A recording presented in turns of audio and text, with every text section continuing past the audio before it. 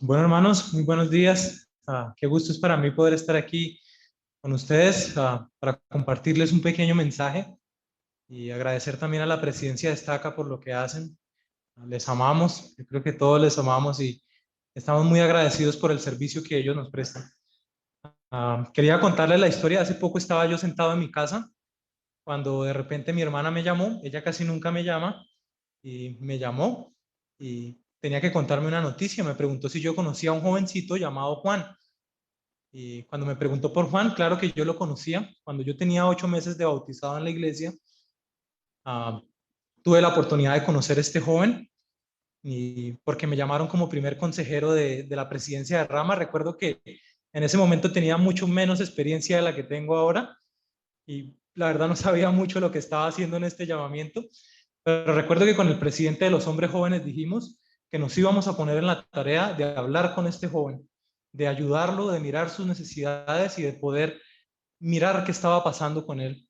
Empezamos a visitarlo cada semana, empezamos a conocer su familia, su hogar, empezamos a ver los problemas que habían en su hogar y también empezamos a ver cómo al transcurrir de cada semana, semana tras semana, de estar allí mucho tiempo, de compartir con su mamá, él empezó a cambiar y empezó a ver algo diferente en su corazón.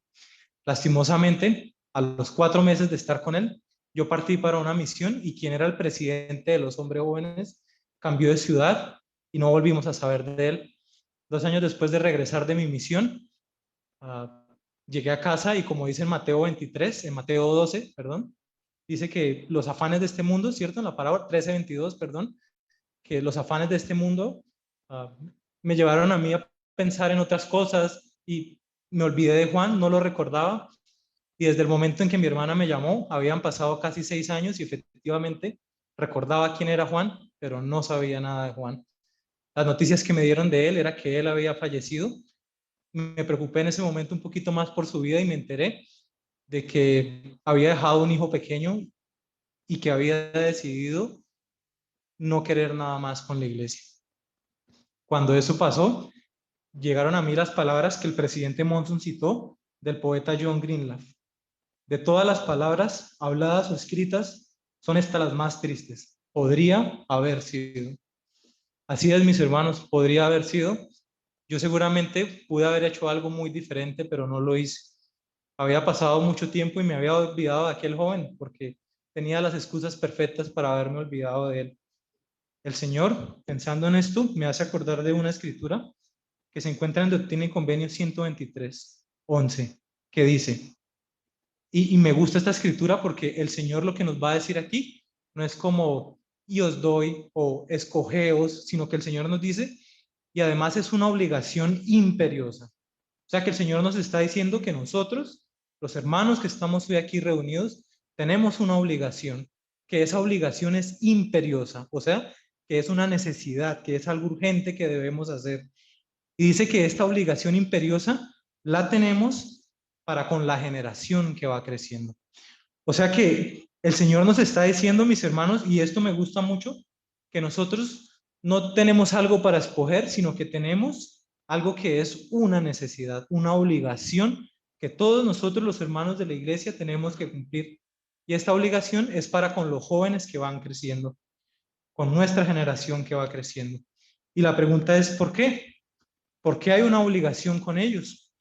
Y cuando estaba meditando en esto, recordé una escritura en Romanos que el apóstol Pablo dijo, y cuando la vaya leyendo, mis hermanos, me gustaría que pensáramos en nuestros jóvenes.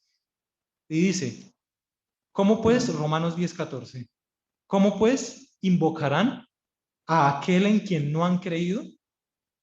¿Y cómo creerán nuestros jóvenes en aquel de quien no han oído? ¿Y cómo oirán nuestros jóvenes sin haber quien les predique? ¿Y cómo predicarán nuestros jóvenes si no son enviados? Mis hermanos, esta es la obligación que nosotros tenemos. ¿Cómo saldrán nuestros jóvenes a la misión si nosotros no les impulsamos? ¿Cómo recibirán el sacerdocio de Melquisedec si nosotros no les ministramos? ¿Cierto? Imagínense ustedes, mis hermanos, qué pasaría por un momento si de repente dejáramos de ministrar a todos los jóvenes de la iglesia. ¿Será que recibirían estos jóvenes el sacerdocio? ¿Será que irían a una misión? ¿Será que se sellarían en un templo? ¿Será que sus hijos crecerían dentro del convenio y permanecerían fuertes en la iglesia o más bien se irían? Bueno, la respuesta es un poco clara, ¿cierto? Y lo más seguro es que ellos se apartarían. Mis hermanos, y eso es el plan de Satanás. El plan del enemigo es que eso pase con nuestros jóvenes. Él sabe el potencial que nuestros jóvenes tienen y está buscando que eso ocurra en la vida de ellos, que no tengan el sacerdocio, que no vayan a una misión, que no se sellen en un templo, ¿cierto? Ahora, sabiendo esto, la pregunta es, ¿qué hacemos? ¿Cómo logramos nosotros contradecir ese plan? Bueno, lo primero que debemos tener en nuestra mente es que nosotros, hermanos, no ministramos a los jóvenes porque sea un checklist, ¿cierto? No es una lista que debemos llenar y de pensar de, bueno, a este jovencito lo tengo que ministrar porque la presidencia de Estaca me lo pidió. O no lo ministro porque el obispo, o lo ministro porque el obispo lo pidió. No, nosotros ministramos a nuestros jóvenes porque queremos que ellos sean salvos en el reino de Dios. Y no solo que queremos que puedan llegar a la presencia de Dios, sino que cuando lleguen se sientan cómodos en la presencia de Él, que puedan estar frente al Padre y sentir que están en su hogar. Y para eso, mis hermanos, para contradecir ese plan, tenemos apóstoles y profetas, nuestros hermanos mayores, quienes han estado escuchando la voz del Padre. Y que entre las cosas que han escuchado ellos es que deben de haber cambios. A esos cambios les llamamos programas. Los programas de la iglesia, mis hermanos, son la inspiración del Señor para que el plan de Dios se cumpla, para que nuestros jóvenes lleguen a ser la mejor versión de sí mismos. Entre los programas que el Señor nos ha dado algunos cambios, ¿cierto? Si miramos ahora nuestros obispados de toda la estaca, y nuestros obispos no se dedican más a los adultos. Los adultos ya no son una prioridad de los obispos. Ellos ahora están enfocados 100% en los jóvenes y dedican todo su tiempo.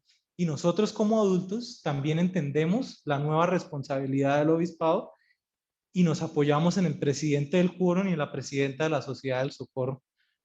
No en el obispo, porque el obispo tiene una responsabilidad sagrada, una obligación imperiosa tienen nuestros obispados.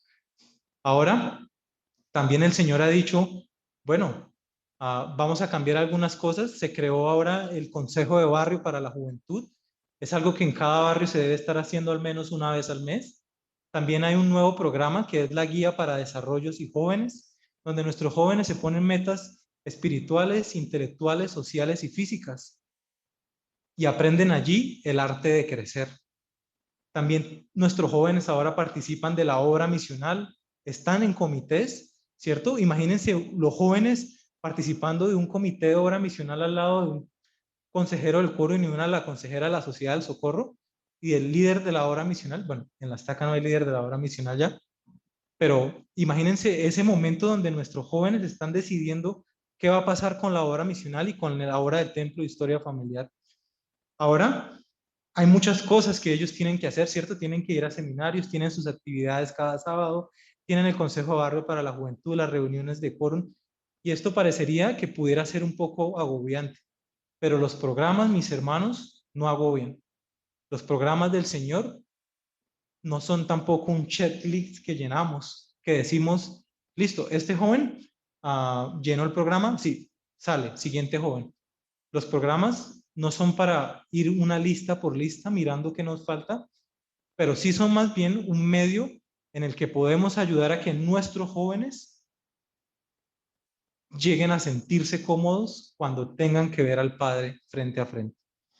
Mis hermanos, la invitación mía de esta mañana es que podamos invertir todo nuestro tiempo en esta obligación imperiosa que tenemos, que podamos estar tranquilos de que hemos hecho con nuestros jóvenes todo lo que ha sido posible y que no tengamos que decir el día de mañana, pudo haber sido.